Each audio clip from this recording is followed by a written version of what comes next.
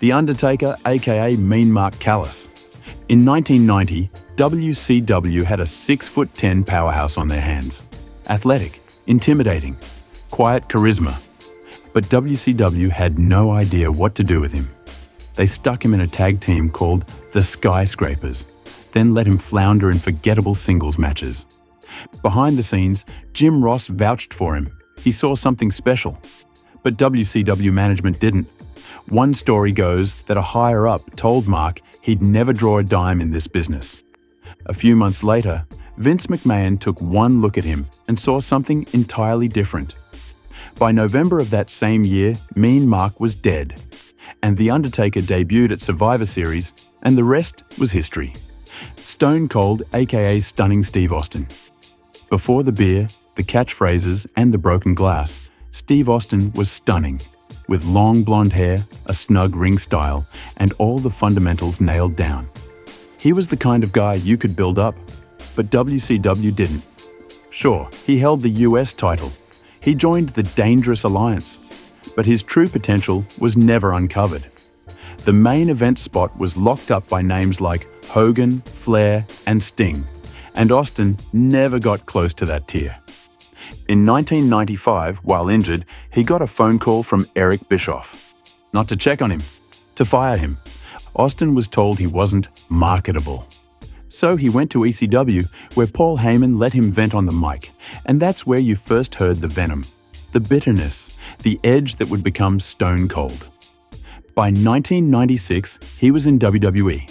A year later, he was running the industry. WCW had one of the biggest draws in wrestling history under contract, and didn't just misuse him, they cut him loose.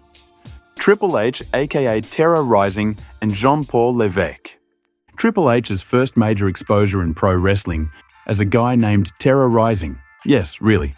Soon after, they gave him a new gimmick, Paul Levesque, a snobbish, aristocratic Frenchman with a fake accent so thick it made cartoons blush. The talent was clear. His in-ring work was clean, he had the look, and he carried himself like a professional even then.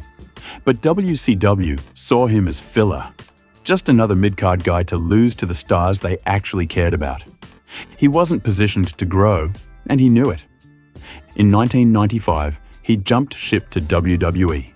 The fake French accent was gone, and over the next few years, he became Triple H, leader of DX, 14-time world champion, and eventually the man running WWE creative itself. WCW never gave him a real chance. WWE gave him the keys to the kingdom. Mick Foley, aka Cactus Jack. In WCW, Mick Foley was known as Cactus Jack, and if you only saw him there, you might have thought he was just another hardcore guy who liked chairs and concrete spots. But even back then, he was telling stories. He wasn't doing violence for shock value, he was doing it for emotion, psychology, and grit. His feud with Vader? Brutal. Legitimately dangerous. One of the most physical rivalries of the era. But WCW never saw him as a top guy. According to Foley himself, Eric Bischoff didn't think he looked like a star, and that was that.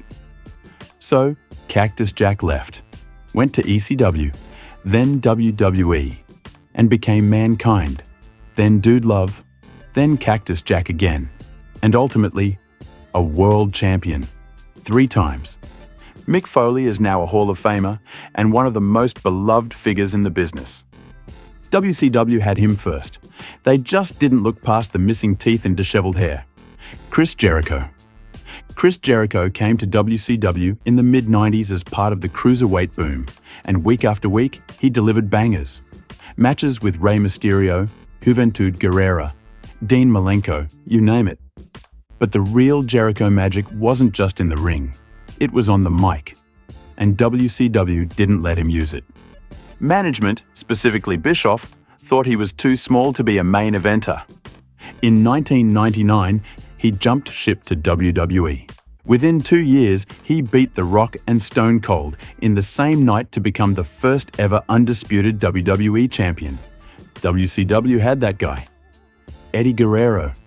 Eddie Guerrero was also part of the cruiserweight wave in WCW that brought technical brilliance and lucha libre to American TV on a weekly basis. But unlike some of his peers, Eddie had more than just in-ring skill. He had fire, he had character, and when given a mic, he had presence. Still, WCW couldn't or wouldn't see him as anything beyond that smaller guy who can have a good match.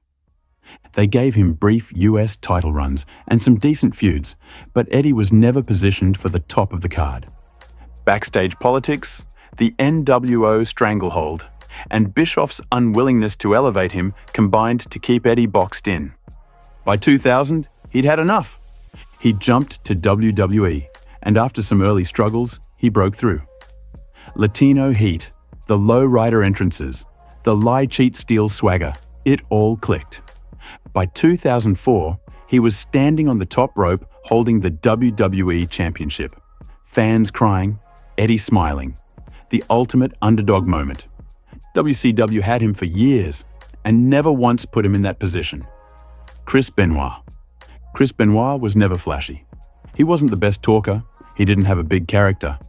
But in the ring, he was surgical. WCW used him, but never trusted him. He'd get hot, win the TV title, maybe a tag belt, then disappear from relevance while the same main eventers rotated in and out of the spotlight. In early 2000, after years of being held down, he was finally given the WCW World title. But it wasn't a reward. It was a last-ditch attempt to keep him. Benoit took the belt, vacated it immediately, and left the company that night, alongside Eddie Guerrero, Dean Malenko, and Perry Saturn. In WWE, he became a workhorse. And in 2004, he tapped out Triple H in the main event of WrestleMania 20 to win the world title. Rey Mysterio. His matches in WCW were years ahead of their time. Pure innovation. Springboard flips, insane reversals, non-stop pacing. And the fans loved him for it. But WCW didn't. They booked him like a sideshow. He was never allowed to compete outside the cruiserweight box. When they did try something different, they had him lose his mask in a gimmick match.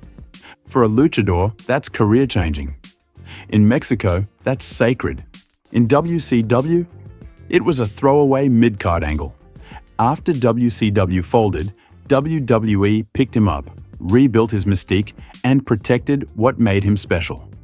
By 2006, Rey Mysterio was winning the Royal Rumble and holding the World Heavyweight Championship. All the things WCW said he couldn't do, he did.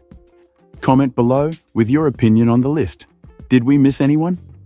Also, more videos on WCW are coming soon, so like and subscribe so you don't miss what's next.